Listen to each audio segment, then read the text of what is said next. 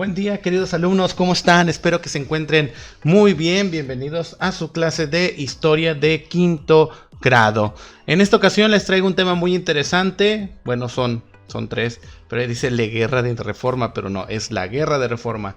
Es la Constitución de 1857 primeramente, después la guerra de reforma y por último vamos a ver un extra que es la intervención francesa. ¿Sí?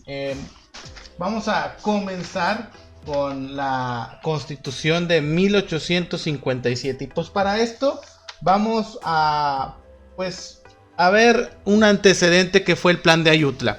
El Plan de Ayutla fue que lo elaboró Juan Álvarez. Esto ya lo vimos la clase pasada. Juan Álvarez, Ignacio Comonfort y Florencio Villarreal, que es meramente liberales, se organizaron para derrocar a Santa Anna. Entonces en 1854 se proclamó el Plan de Ayutla, porque fue proclamada en Ayutla Guerrero, y en el cual se desconocía el gobierno de Santa Anna por medio de las armas. ¿Sí? Quienes se opusieron sería tratado como enemigo de la independencia nacional. La idea fue apoyada e inició la revolución de Ayutla.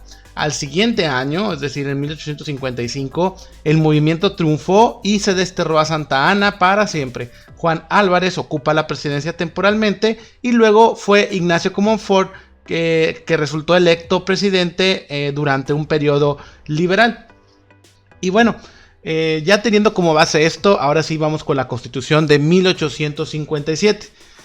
Primeramente, los liberales, ya teniendo a Ignacio Comonfort como presidente de la República, propusieron una serie de reformas. Sí, como las reformas que hubo anteriormente con Peña Nieto, pero bueno, en aquel tiempo no había absolutamente nada, ni basado en absolutamente nada, no teníamos ninguna ley. Entonces, primeramente, se promulgaron tres leyes principales. La primera de ellas fue la Ley Juárez, que fue en 1855, y la cual en general quitaba privilegios a la iglesia y al ejército. Luego llegó la Ley Lerdo, que propiciaba el progreso económico con bienes y capitales de corporaciones civiles y eclesiásticas, es decir, utilizábamos el dinero de gente rica, de gente adinerada, cobrándole más impuestos, y obviamente a la iglesia también, porque pues tenía varias propiedades, también se le cobraba más impuestos. Y la ley Iglesias reguló el cobro de servicios realizados por la iglesia, porque anteriormente no teníamos un registro civil, ¿sí? El cual pudiera registrar los nacimientos, las defunciones, los matrimonios, etcétera. Todo esto estaba regulado por la iglesia. Entonces la ley Iglesia reguló estos cobros que pues obviamente cobraban demasiado y que gente pobre, humilde no tenía acceso, ¿sí? Entonces se reguló con esta ley Iglesias promulgada en 1857. Esos servicios fueron realizados por la iglesia con un costo menor. Y bueno, se convocó al Congreso Constituyente para elaborar la Constitución de 1857 en ese mismo año. Y muchos artículos buscaban modernizar al país. Los conservadores, la Iglesia Católica, el Ejército y terratenientes claramente se opusieron. Porque bueno, viéndolo bien y despacio, los conservadores eran gente adinerada que querían que los privilegios duraran pues un buen rato, ¿verdad? No querían que se les quitaran esos privilegios. La Iglesia Católica era dueña de muchos terrenos, muchos territorios, muchos servicios. Era una entidad sumamente rica, sumamente adinerada. Entonces pues también no le convenía. El ejército no le convenía porque también tenía sus negocios turbios, aparte de que ellos tenían un fuero. El fuero quiere decir que no podía ser juzgado por cualquier delito, ¿sí? Ellos no eran juzgados por los delitos que como tú o yo pudiéramos cometer, ¿sí? Y tuviéramos el mismo castigo. No, ellos no eran enjuiciados, ellos no pasaban por un juicio y se les consideraba prácticamente intocables. Y obviamente los terratenientes, teniendo muchas tierras, muchos negocios en terrenos mexicanos, pues tampoco les convenía, ¿verdad? Estas leyes, porque pues les quitaban privilegios. Bueno, es hora de anotarlo en tu cuaderno. Recuerda que tú puedes pausar el video para anotar cómodamente a tu ritmo estos conceptos. Bien, la Constitución de 1857, todo lo que está en itálica, es todo lo que bueno, no es todo, ¿verdad? Es ejemplo de algunas leyes muy, muy importantes que se promulgaron en aquel tiempo. Y decía que todos los ciudadanos eran iguales ante la ley y se prohibía la esclavitud, porque anteriormente los ricos, los dueños de mansiones, los dueños de muchas empresas, pues tenían esclavos sirviendo en su casa sin ninguna paga, porque un esclavo es eso, no tiene paga más que el alimento y el cuarto donde se alojan. La enseñanza en México es libre, ¿sí? Pues muchos ricos tenían el acceso a la educación solamente o meramente por la Iglesia Católica. Con esta ley pues se abría más la enseñanza en México para gente más pobre o más humilde. En México hay libertad de expresión, de organización, para que cada persona se dedique al trabajo que más le guste o convenga. Realmente en aquel tiempo tú heredabas el trabajo de tu padre. Si tu papá era alfarero, tú ibas a ser alfarero. Si tu papá era zapatero, pues tú heredabas el negocio. Pero con esta ley ahora sí tú podías ir a estudiar y estudiar lo que más te gustaba y pues trabajar en lo que tú quisieras. Dice, ninguna persona o grupo puede tener privilegios que afecten al resto de la población. Es decir, como todos éramos iguales, pues nadie podía tener ningún privilegio. Todos éramos juzgados y medidos con la misma vara. Están prohibidos los castigos corporales de cualquier especie. Fíjense, lo que pasa es que anteriormente, cuando había esclavos, pues para que hicieran su trabajo los castigaban de manera muy fuerte. Inclusive llegaban a golpes, maltratos físicos, trabajar horas extra, muchas horas extra, ¿sí? Inclusive hasta no dormir. Entonces eso era pues inhumano. Entonces se hizo ley que estaban prohibidos los castigos. Todo trabajo debe ser remunerado, pagado. Es decir, esos esclavos que no tenían paga, como anteriormente lo dije, pues ahora tenían que ser pagados, eran libres, tenían que subsistir de algo, pues claramente del fruto de su trabajo. Se prohíbe a las corporaciones civiles y eclesiásticas tener o administrar propiedades urbanas y rurales, como casas, haciendas o tierras de cultivo. Cuando decimos corporaciones civiles es cuántas personas se asociaban y se compraban un terreno para administrarlo y obtener ganancias. Bueno, pues esto ya no podía ser porque pues obviamente tenían una gran ventaja y obviamente las eclesiásticas que son de la Iglesia Católica pues tampoco podían tener propiedades, ¿verdad? En las faltas temporales del presidente de la República y en su ausencia absoluta, mientras se elige un sustituto, tomará el poder el presidente de la Suprema Corte de Justicia. Anteriormente había un vicepresidente, ahora ya no había vicepresidentes. Ahora va a ser el presidente de la Suprema Corte de Justicia quien fuera nombrado presidente, ¿sí? Si en dado caso al presidente actual le sucediera algo o estuviera fuera por algún buen tiempo. Y pues más adelante vamos a ver esta ley cómo se puso en práctica con un presidente muy muy conocido y que pues toda América lo conoció por una gran hazaña que hizo, que ahorita vamos a platicar. Bien, vamos a pasar a la Guerra de Reforma.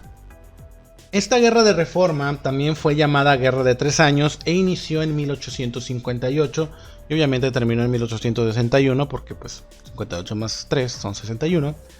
Y bueno, en esta ocasión Félix Zuloaga, obviamente lo conocemos por ser conservador, realizó el Plan de Tacubaya y desconoció la Constitución de 1857 ya que afectaba a los conservadores en todos sus privilegios y en el fuero con el ejército.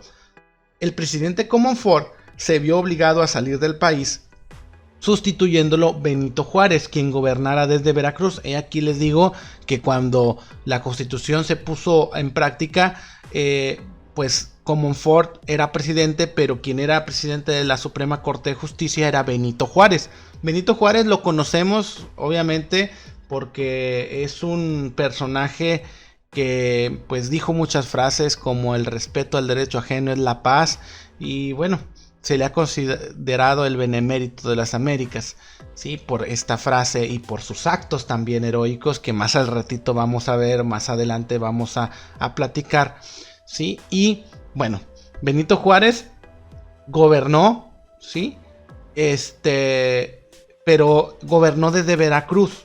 ¿Por qué? Porque los conservadores tomaron la capital y nombraron presidente a Félix Zuloaga. En esos 3 años hubo 2 presidentes. Benito Juárez, que por derecho tenía la batuta y tenía el derecho a ser presidente de la República, y Félix Zuloaga, que fue prácticamente lo tomó a la mala, lo tomó a la fuerza, ¿sí? Y que los conservadores lo nombraron presidente de la República. Ambos bandos, liberales y conservadores, los dos, recurrieron a la leva. ¿Qué es la leva? La leva es el reclutamiento forzoso a las filas del ejército. Obviamente, tanto liberales como conservadores necesitaban gente que luchara por ellos. Y pues obviamente recurrieron a la leva. En 1861 los liberales vencieron. No vamos a poner más preámbulos. En 1861 terminó la guerra de reforma con los liberales triunfando sobre los conservadores. Y bueno, Benito Juárez hace su entrada triunfal en la Ciudad de México, donde promulgó las leyes de reforma. En 1861 promulgó las leyes de reforma. Bien, ahora vamos a pasar a otro tema un poco más. Bueno, primeramente vamos a ver las leyes de reforma. Estas son las leyes de reforma, algunos puntos importantes donde las propiedades de la iglesia pasarían a ser bienes de la nación. Se expropió los bienes de la iglesia y pues prácticamente la iglesia ya no iba a tener poder ni dinero. Los nacimientos, matrimonios y muertes solo podían reconocerlo el registro civil.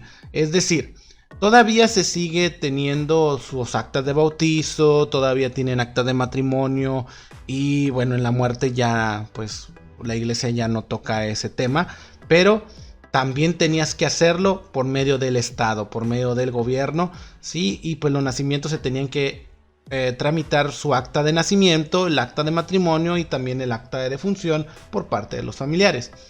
El gobierno administraría hospitales, cementerios, establecimientos de beneficencia sin la intervención de la iglesia.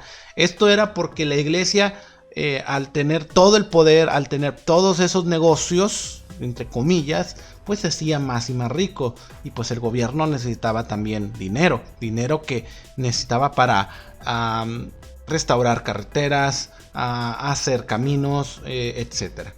Y bueno, se establecía la libertad de culto, es decir, anteriormente solamente la religión católica era la oficial, no había otra más. Pero con las leyes de reforma se establecía la libertad de culto. Podías creer en cualquier cosa, con cualquier iglesia, ya sea bautistas, testigos de Jehová, pentecosteses, etc., la cual garantizaba que cada persona pudiera elegir la religión que más le acomodaba, ¿sí? Y bueno, estas leyes resultaron muy importantes, puesto que aún prevalecen, aún tú sigues teniendo tus derechos de libertad de culto, de libertad de expresión, pues la iglesia todavía, el gobierno todavía sigue con las actas de matrimonio, de nacimiento y de muerte, y pues sigue administrando hospitales, cementerios y establecimientos de beneficencia. También hay establecimientos de beneficencia particulares, pero bueno, esto se ha regulado conforme han pasado los años. Bien, vamos a ver la situación económica. La situación económica después de la guerra de reforma empeoró después de toda la guerra, ¿sí? Ante la falta de recursos, Juárez, fíjense bien, y esto desencadenó una intervención. Juárez suspendió los pagos de la deuda con Inglaterra, Francia y España, prometiendo pagar cuando fuera posible. Estos 3 países, no contentos con la noticia, bloquearon los puertos del Golfo de México exigiendo su dinero, ¿sí? Juárez negoció con España e Inglaterra y bueno, con los 3, mejor dicho, él hizo la misma propuesta a los tres países, España, Inglaterra y Francia, pero España e Inglaterra aceptaron su negociación y retiraron sus ejércitos. Francia no aceptó, no le convino, bueno, según él no le convino, y comenzó la intervención militar. ¿Por qué digo que a él no le convino? Porque bueno, porque de los tres a Francia era el que menos le debíamos mucho más a España y a Inglaterra. Entonces Francia pues sí se vio algo influenciada por gente de aquí mismo de México, y vamos a ver por quiénes. En el gobierno republicano y el Segundo Imperio, Francia no aceptó las negociaciones y desembarcó sus tropas con dirección a la capital. Obviamente en cualquier guerra el objetivo es tomar la capital del país para poder gobernar, ¿sí? Y bueno, los conservadores obviamente deseaban establecer una monarquía, los cuales se le sumaron a las tropas invasoras. Esto quiere decir que los conservadores pactaron con Francia para que hiciera una intervención, aunque era el país al que menos se le debía, ¿sí? Los conservadores de alguna manera lograron convencer de intervenir en el gobierno y pues meterse a la fuerza. En Puebla, que va camino a México, Ignacio Zaragoza, que fue un gran héroe nacional y que pues dijo las armas nacionales se llenaron de gloria, Ignacio Zaragoza logró una victoria importante el 5 de mayo de 1862. En aquel tiempo el ejército francés se consideraba uno de los mejores ejércitos del mundo. Sí, Napoleón III mandó sus mejores ejércitos a México y en Puebla Ignacio Zaragoza los logró detener, ¿sí? Obviamente, pues ellos los franceses se confiaron totalmente al decir que pues nuestro ejército mexicano no valía la pena y pues mandaron muy pocos soldados.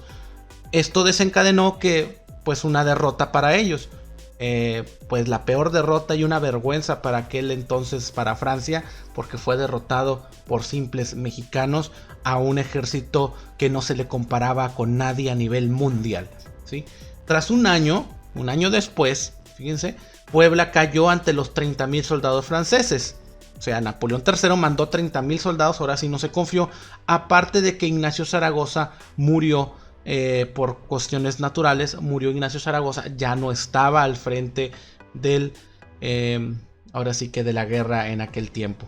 Y pues en junio de ese mismo año, los franceses, o sea, ya pasando Puebla, los franceses pudieron llegar a la capital. Bien, el gobierno liberal reubicó su sede hasta El Paso del Norte, Ciudad Juárez, Chihuahua. Ahorita lo conocemos como Ciudad Juárez, pero antes se le llamaba El Paso del Norte. Obviamente, por honor a Juárez, se le cambió el nombre a la ciudad. Los conservadores siguieron con su proyecto de monarquía. Los franceses convocaron a una asamblea con los conservadores y ofrecieron el trono a Maximiliano de Habsburgo. Maximiliano de Habsburgo fue hijo de Fernando Maximiliano y de Lorena, de José María. Fernando Maximiliano, José María de Habsburgo y María von Habsburgo, ¿sí? Entonces fue hijo de ellos dos, fue el hijo menor, y el cual era virrey en el reino de Lombardía. Y pues por ciertas razones y ciertos pensamientos, él dejó de ser virrey y lo invitaron acá a México a ser emperador de México. Y pues bueno, 2 años después de que se le ofreció el trono, pues Maximiliano y su esposa Carlota Amalia, que era de Bélgica, pues llegaron al país. En este punto, el gobierno liberal se mantuvo en regiones que pudo defender, mientras que la monarquía logró imponerse en zonas que pues él dominaba, ¿sí? El imperio de Maximiliano tomó unas medidas, ahora sí que les cayó por sorpresa a los conservadores, y por lo cual retiraron su apoyo. Y pues es que Maximiliano era considerado un liberal, ¿sí? Muchos de sus allegados lo consideraban por sus ideas de cambio, ¿sí? Lo cual era liberal, y que pues prácticamente ratificaba todas las leyes que Juárez había promulgado. Tanto así que eligió colaboradores liberales dentro de su monarquía, ratificó las leyes de reforma. Válgame, pues estaba en contra de la esclavitud, ¿qué podíamos hacer? Y decretó leyes laborales, leyes donde no te dejaban trabajar más de 10 horas y prohibía los castigos físicos. Entonces, pues bueno, Maximiliano resultó todo lo contrario a lo que los conservadores creían, y por eso le retiraron el apoyo. Aparte, también le retiró el apoyo la parte militar de Francia, porque pues fue presionado por Estados Unidos. En aquel tiempo estaba la guerra civil y bueno, se cuenta que tenían algunos intereses por ahí. Y bueno, además de que pues Francia tenía una guerra entre ellos mismos, entre Prusia, que es parte de Alemania, y Francia, ¿verdad? Estaban en conflicto. Y bueno, cuando perdió el apoyo militar y el apoyo de los conservadores, el imperio totalmente se vino abajo, se debilitó y permitió que los liberales recuperaran territorios. Maximiliano, ya en las últimas instancias, se refugió en Querétaro. Él no se fue del país, porque en cierta manera él quería mucho a México. Quería cambiarlo, pero como era alguien extranjero, su único delito fue ser extranjero, entonces fue perseguido. Se refugió en Querétaro, fue derrotado por sus pocos soldados, condenado a muerte y fusilado en 1867. Y bueno, hasta aquí llegó lo que es el Segundo Imperio de México. Espero que haya quedado todo entendido hasta ahora. Vamos a realizar las actividades ubicadas en el libro de Historia de Quinto Grado en la página 55 y en la página 58 en el apartado Comprendo y aplico. Contestar las preguntas y hacer lo que se indica es primordial y lo tienen que hacer en su cuaderno. Espero que te haya gustado la clase. Yo creo que duró un poco más de 20 minutos, pero es muy importante que conozcas la historia de México, el cual, bueno, pues es muy interesante. Nos vemos a la próxima. Te espero aquí el próximo lunes en tu clase de historia. Hasta pronto.